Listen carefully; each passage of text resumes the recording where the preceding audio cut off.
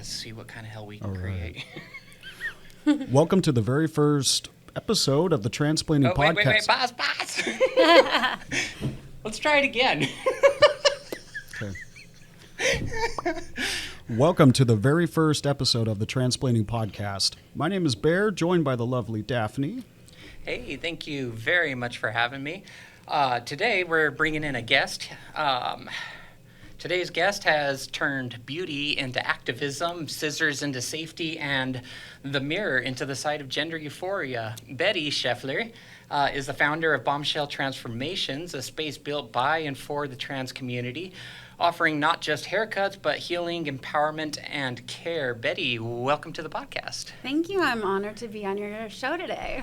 Yeah, I'm honored that you decided that you agreed to come. This was a wild hair in the dark. We hadn't done a podcast yet, and so to just put faith in us that this is going to turn out okay actually means a lot to us. Thank you. Yeah. I guess the best place for us to start is origin. You know, what got you into what it is that you're doing and how it came to be. Yeah. Well, honestly, I work a lot with the queer and trans community, just being like in the North Portland area, and I was noticing that my I'm so sorry about the dog. It's hard to focus with the barking. So I can cut the dog out. Yeah. So. Okay. So a couple years ago, I started working in the North Portland area, and I started getting a lot more of the queer and trans community in my chair. And one thing that I really noticed was that a lot of my trans clients were like, really wishing that they knew more about how to style their hair. And so I started offering hair lessons. That was just kind of the beginning of it. And then I realized, you know, I have other skills. I know how to do makeup, and I felt pretty confident as I have an educational background. I was a teacher for 2.5 years at a beauty school, and I knew that I had the skills to be able to offer instruction to these trans femmes, especially, that just didn't have that life experience. And I understood that they're getting their information off of YouTube or the internet, or maybe a friend if they're lucky. Sometimes drag, you know, which is very different than like day-to-day makeup. And so, and hair, the same thing, you know. And so I felt like that was this service that I could offer. And then I also was thinking I could expand that. I was having some health issues and looking for ways that I could do a little bit less behind the chair work. And so I thought I could also help people kind of find their style by doing some image consulting and personal shopping with them. And so I added that on. So that's the very beginning of it. Fair enough. It sounds like there was an entire journey that led you up to this point. Yeah, absolutely. I think the biggest thing that I ended up deciding to do was that I really never want finances to be a barrier for people, and I know that the trans community struggles with like getting and keeping jobs just because of, you know, transphobia, and so I did not want that to be a barrier. So I would do sliding scale services, but then I was like, well, how are my trans clients that need help like finding clothing going to be able to shop? Like, even if I give them a sliding scale, like, you know, personal shopping experience, like, what if they can't buy clothes? So then I decided to start collecting clothes, and I didn't know what I was going to do with that.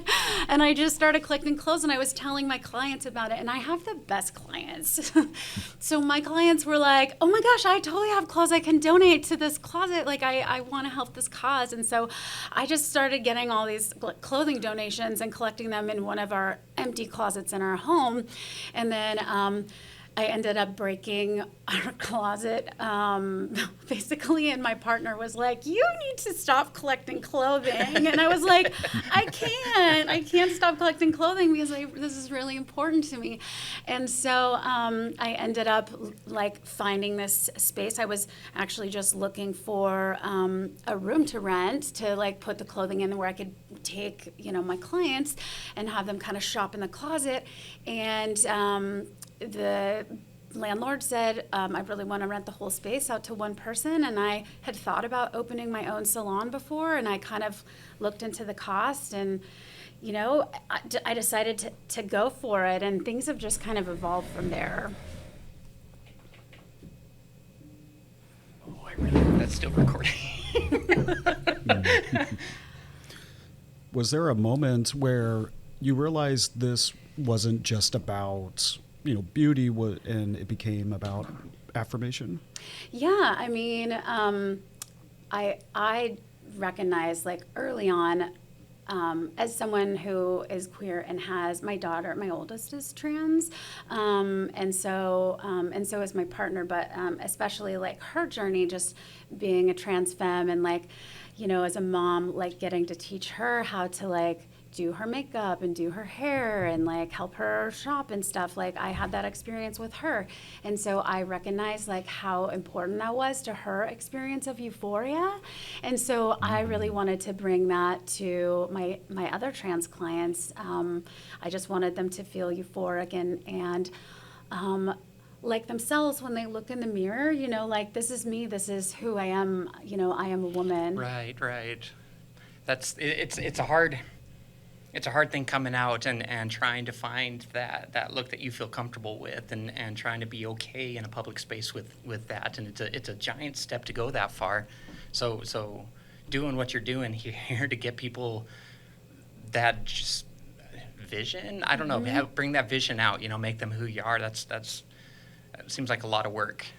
Yeah, I mean, I think it's just like taking time and patience and like listening. It's really important for me to like listen to my clients and see like what their personal journey is, where they're at in their journey, because I don't want to push them to do something that they're not comfortable with yet.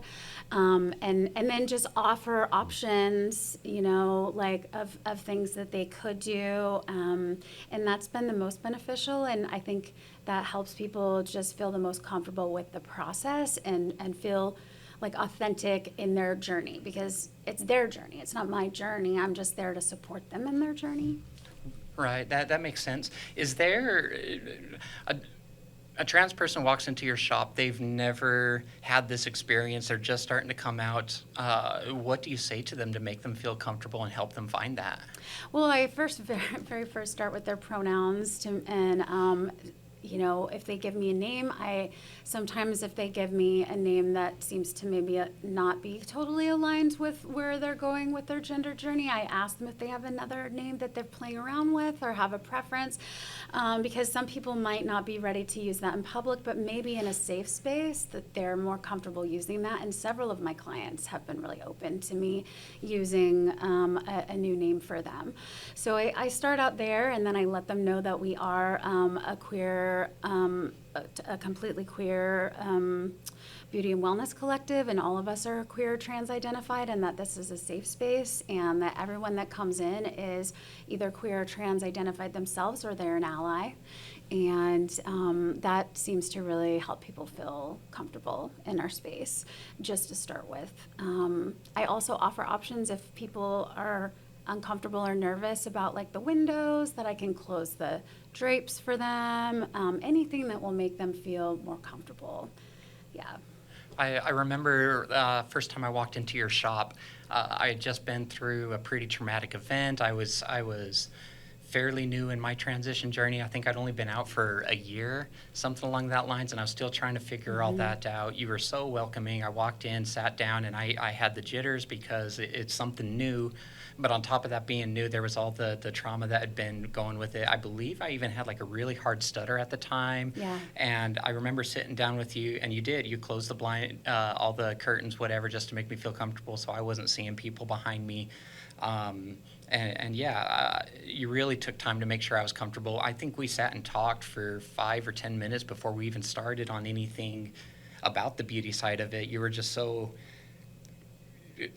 not worried. I don't know. It was just, you were so dedicated to making sure that I was comfortable. Yeah, that's just really important. And you definitely had gone through some things, and I wanted you to feel like seen and hold space for you and your experience of the day, because like my clients all matter to me. Like I might not know who you are, but like if you're experiencing something in your body, I want you to be able to like calm down and regulate before we even get started, so that you can have a good experience. What was that? Oh, I I had a question. Go for it. That's Just all. kick in. Are trans men welcome to your studio? Do you have, so I could come in and get my beard trimmed up? Absolutely. I do beard trims for sure.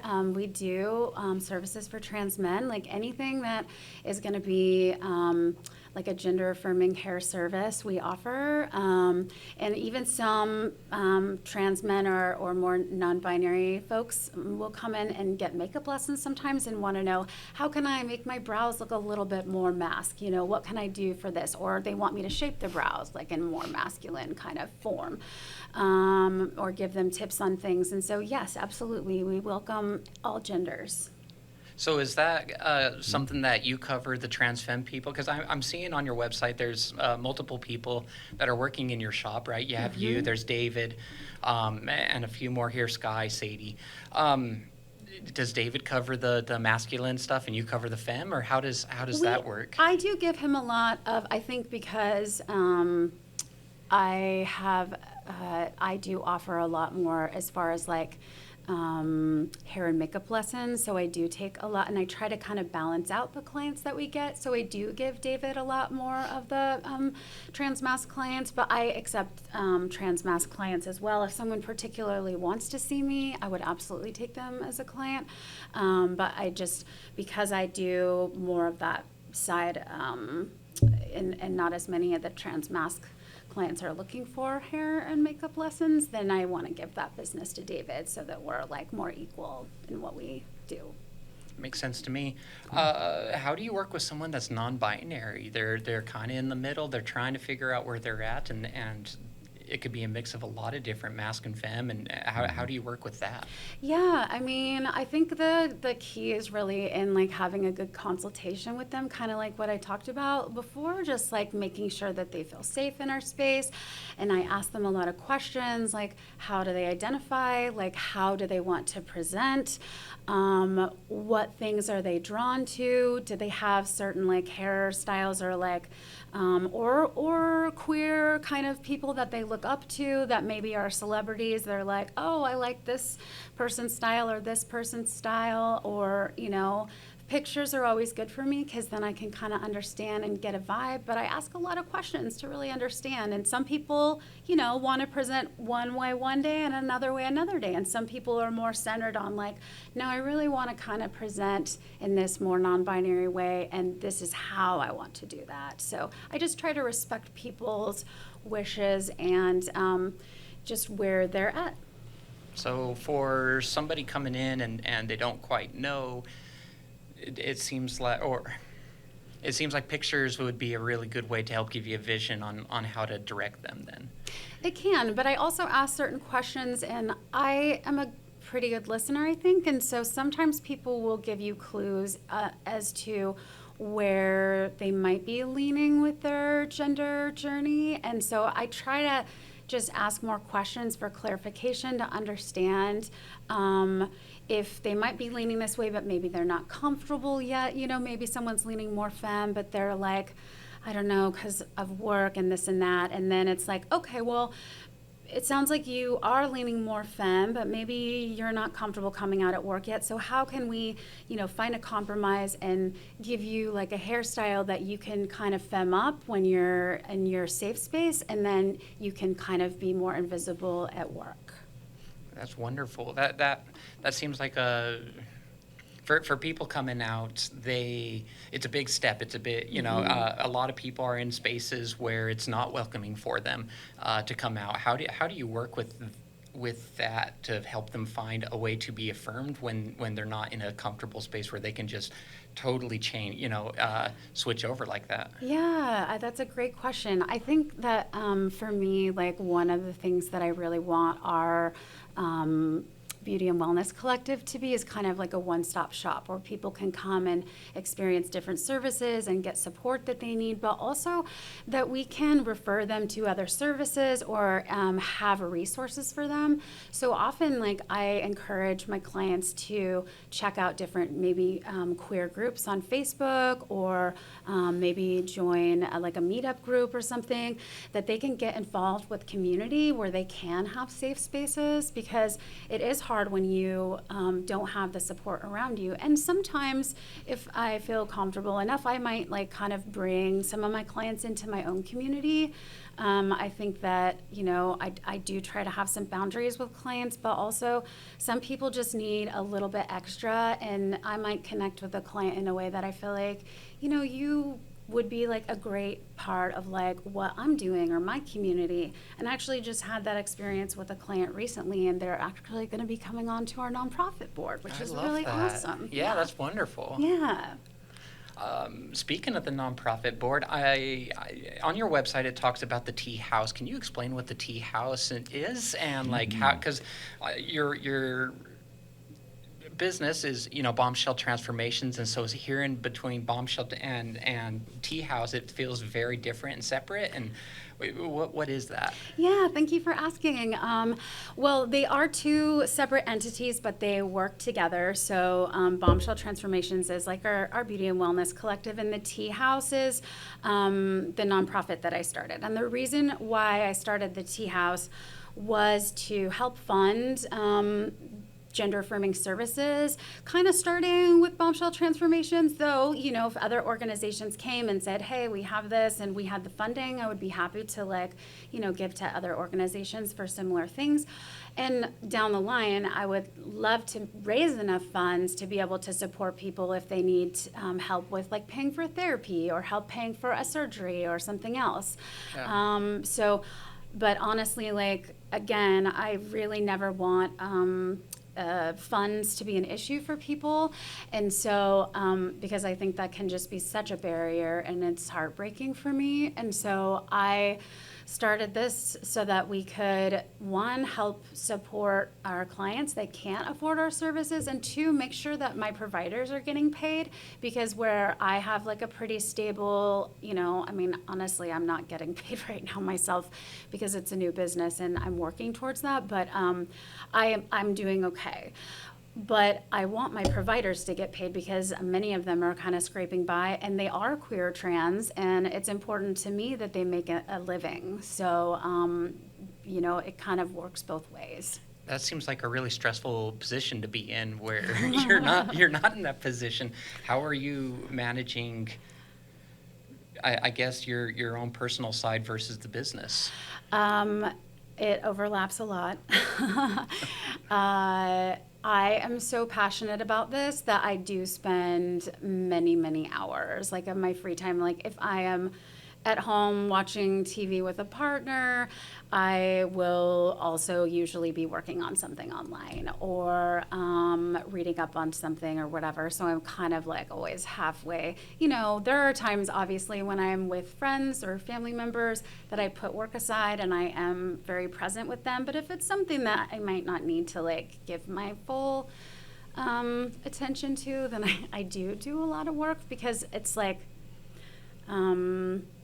yeah, it's a Bombshell. Just running it is like a full-time business, and then doing the hair and makeup lessons and things like that is like another business, and like then the community support is another thing, and then the nonprofit is a lot. So what I am learning right now is to delegate, and I also am learning to like pick and choose what is really serving the community the most. Like we had a clothing closet since we opened, and that was actually the reason why I opened the space.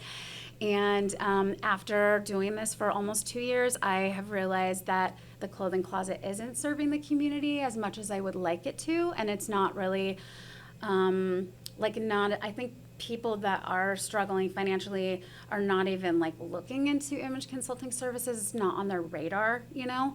And so where people have come in like 2 or 3 clients a week maybe and gotten some clothing from us, it's something that is the workload for me is like I put in about 1+ day a week, like cleaning, organizing, going through sorting, and it's just like becoming overwhelming, and I don't have the funds to pay someone to come and do that. So what I Right. have decided to do is kind of donate that to the Marie Equi Center, because they do a lot of work and they have a great clothing closet. And so the great thing is that's still going back to the trans community, and we can partner with them, but then I can like have space for maybe another provider to come on with us. Right. You've mentioned earlier, you mentioned that you sometimes have resources available for trans people. I know when I've walked into your shop, there's a whole stack of business cards laid on the table, affirming stickers, that kind of stuff.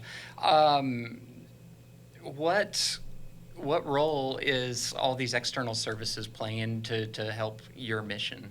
Yeah.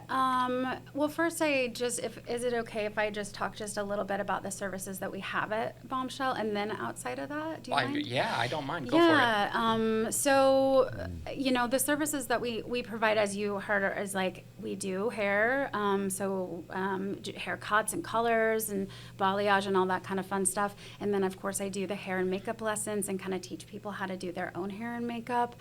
And then image consulting, where I take people out and help them kind of find their style and colors that look good on them and whatever. But then we also have a massage therapist on staff who does cupping and hot stone and is getting certified in ashiatsu. And they are... What's ashiatsu? Ashiatsu is a type of massage that you actually use your feet to like massage. Are they like walking on their back? Yeah, things like they that. are? Yeah. I did not see that Yeah, coming. yeah. So I know it's kind of wild, but our massage therapist has chronic pain, so it's a way for them to like give a break to their hands and arms and be able to use other parts of their body to do that. So that is wonderful for them. Yeah. Not only do we have a massage therapist, but we do have an esthetician and an electrolysis that is now on staff, which I'm so excited about. And her books are like wide open, and I really would love to get her booked. So we have those services, and that is a lot of people come in asking for those kinds of things, and so we have that.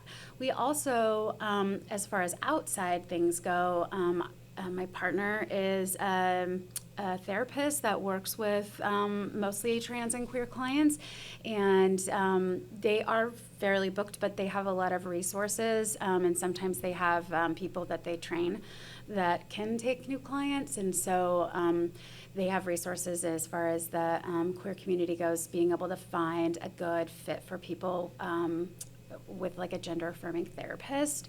I do have some connections with gender affirming healthcare workers of different types. I am trying to connect with different organizations, like we're on the Q Center website, and so part of what our nonprofit is going to be working on is like working with organizations and finding what can we do. Sorry about that. What can we do that is different than what other organizations are doing, and how can we partner with them and work together and kind of send people back and forth. So I'm just kind of working on basically building up a resource list too. Like, I had a client text me the other day because I didn't know who else to text, and they were like, I just found myself houseless. I'm out here. I only have a little bit of gas. I'm stranded. I'm scared. I don't know what to do. And I looked up resources for them, and I sent them information, and they were able to get help. So Wow. I want that quickly, so I don't have to be looking up in the moment. So I am compiling a list of resources so that if anyone like needs something like that, I can help them. That's Your hands are in a lot of different areas, all running at the same time. That sounds like a lot to be carrying. Is there a specific story of one transformation that's happened that sticks with you whenever things get tough?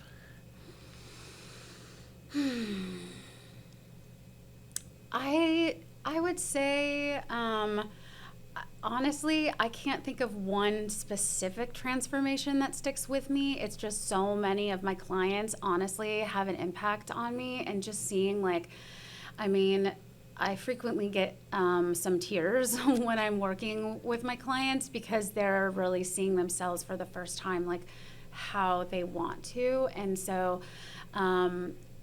every person that comes and sits in my chair has an impact on me. And so I just hope that I can have as much of an impact on them, and be a positive light for them and help them to experience that euphoria. That's really special. Yeah, it is. That's a special moment to be there when they get to see that. That Yeah. seems like it would be overwhelming a few times. It is, and it is very rewarding for what I do to just see somebody light up like that and really know that they are affirmed in that moment. That's wonderful. That's wonderful. What are you most proud of right now about everything that you've done so far? Oh my gosh, probably getting the tea house established and formed. Like, we are so new.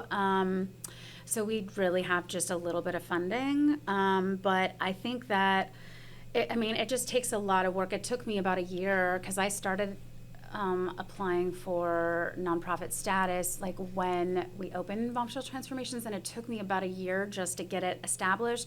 And then after that, it's like I do have many jobs, and this is where, like, again,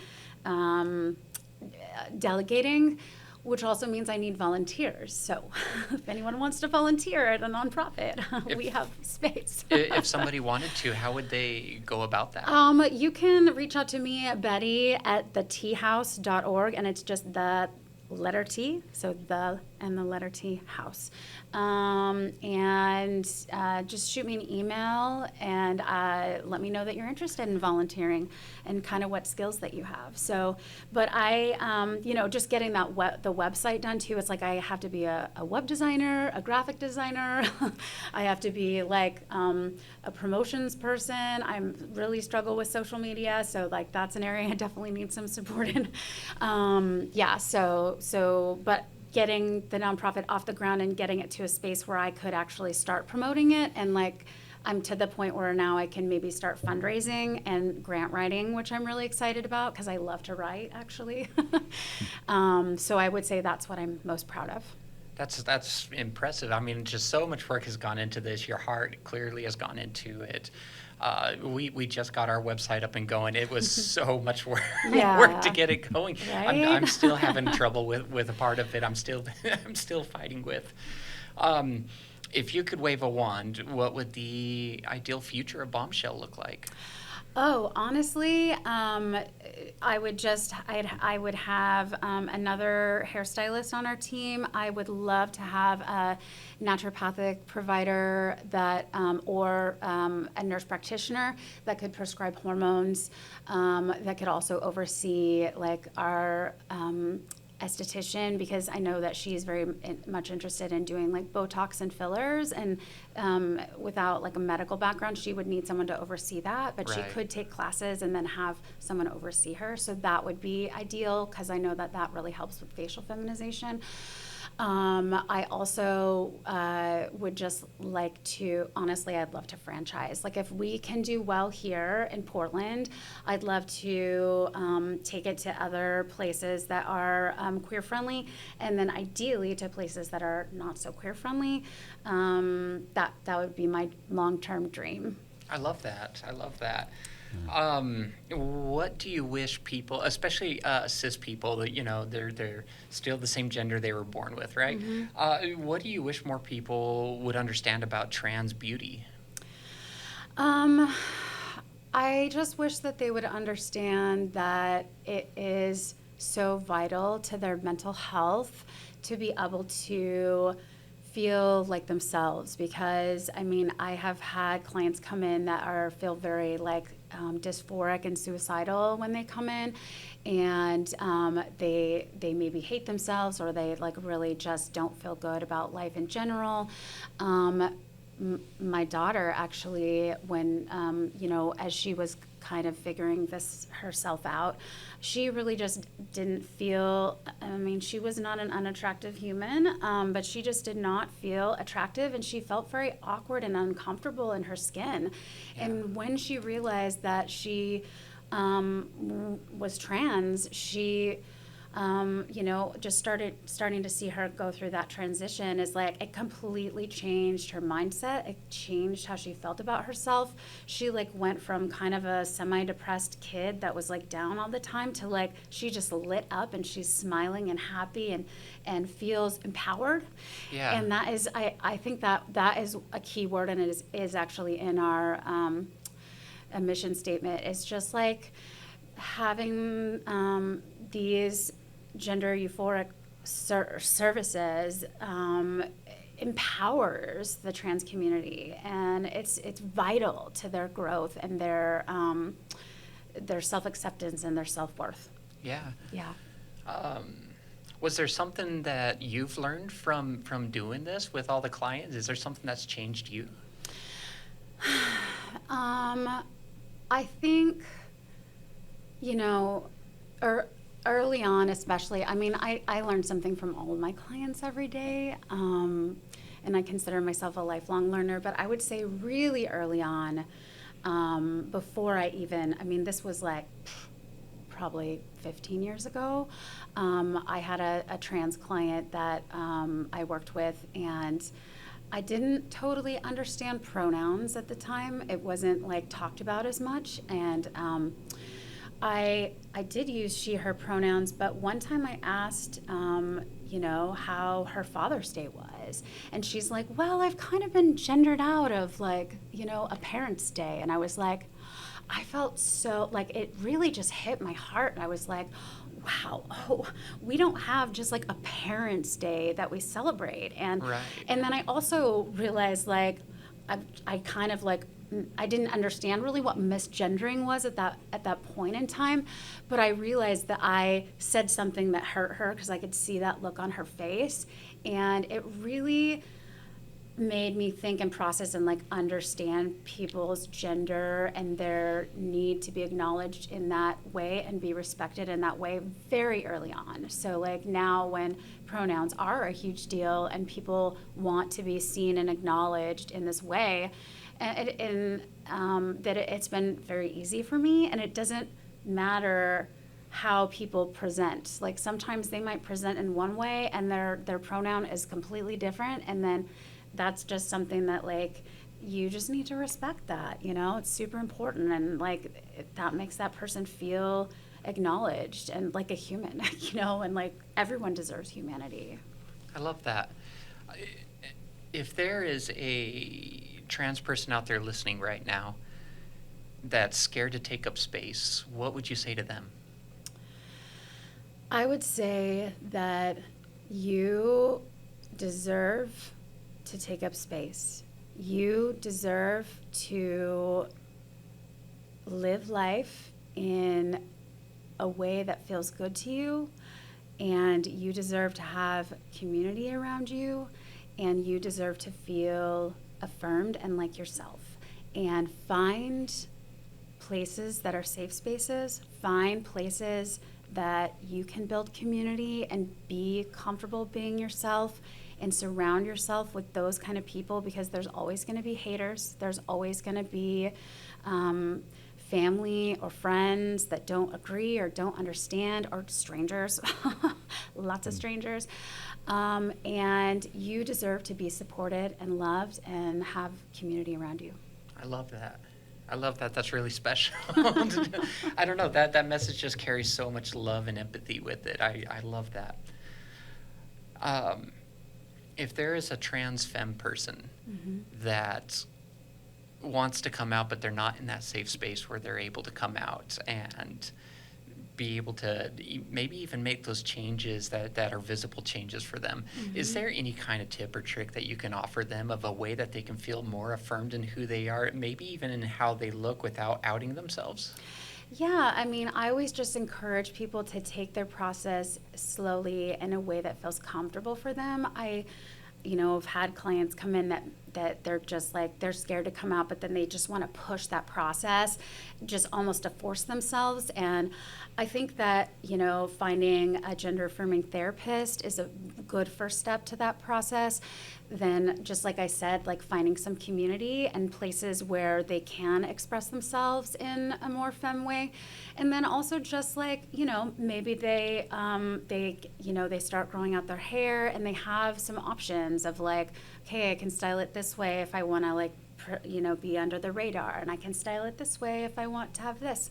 Or they can come in and get some makeup lessons that, if they're in a safe space, they can go and wear that makeup in that safe space, but then maybe they're not wearing it like at home or work until they feel comfortable and ready for that.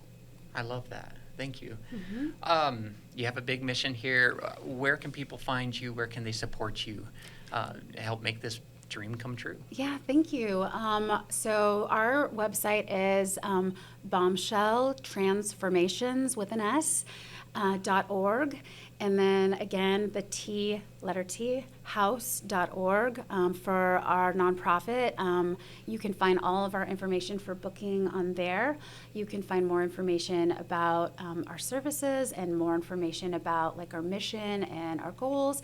And on the T House website, you can find out more about how you can get involved. And you can always shoot me a text or an email. And I will respond fairly quickly, and I would love to help you out or have you join our team. I love that. Thank you so much. Thank you. And thank you for coming on the podcast. That really helps us out have a place to start. I guess I'd just like to end it by just telling the listeners, this is our first podcast that we've done. There's going to be a lot of growing that we have to do, figuring out how to put this whole thing together, figuring out how to be more present in what it is that we're doing. We just ask that our listeners, just be patient with us on this process. It's a journey for us too. You can also find us on all the socials and wherever you like to listen to your podcast. We'll be there. We do have a website. I just blinked really hard. Podcast.com. Transplainingpodcast.com.